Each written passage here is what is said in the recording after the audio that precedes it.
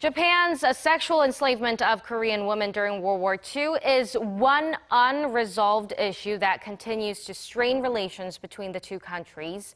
However, all these decades later, the Japanese government still tries to whitewash its wartime atrocities.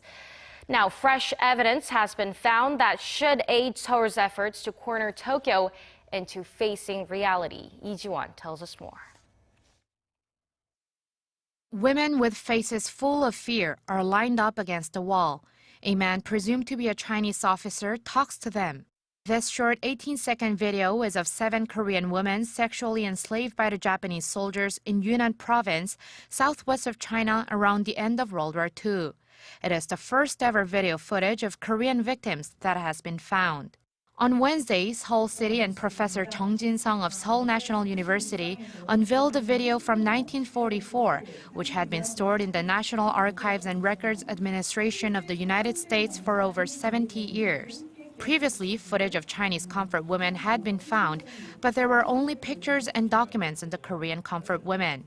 But after the professor and his research team were certain that a video on the Korean victims existed, they spent 2 years searching for the footage. And they finally found what they were looking for amongst hundreds of film reels last month.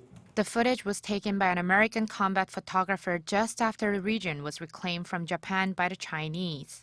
During World War II, an estimated 200,000 women, mostly Koreans, were kidnapped and forced to become sex slaves for Japanese troops.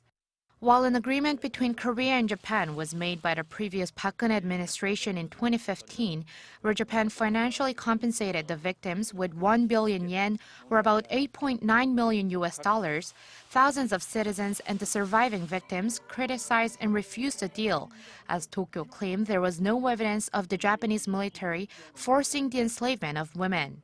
But with Korea's newly elected President Moon Jae-in calling for renegotiation of the deal, the research team says that they hope the footage will work as a tool to open up such talks. We hope the new findings will bring the public's attention and interest on the matter, so that when President Moon has his first bilateral talk with the Japanese Prime Minister Shinzo Abe at the G20 summit later this week, an atmosphere for renegotiation can be made. With only 38 Korean victims still alive, the research team stressed their determination to uncover this video evidence of Japan's sexual slavery so that there's a chance for the issue to be resolved within their lifetimes. Lee Ji-won, Arirang News.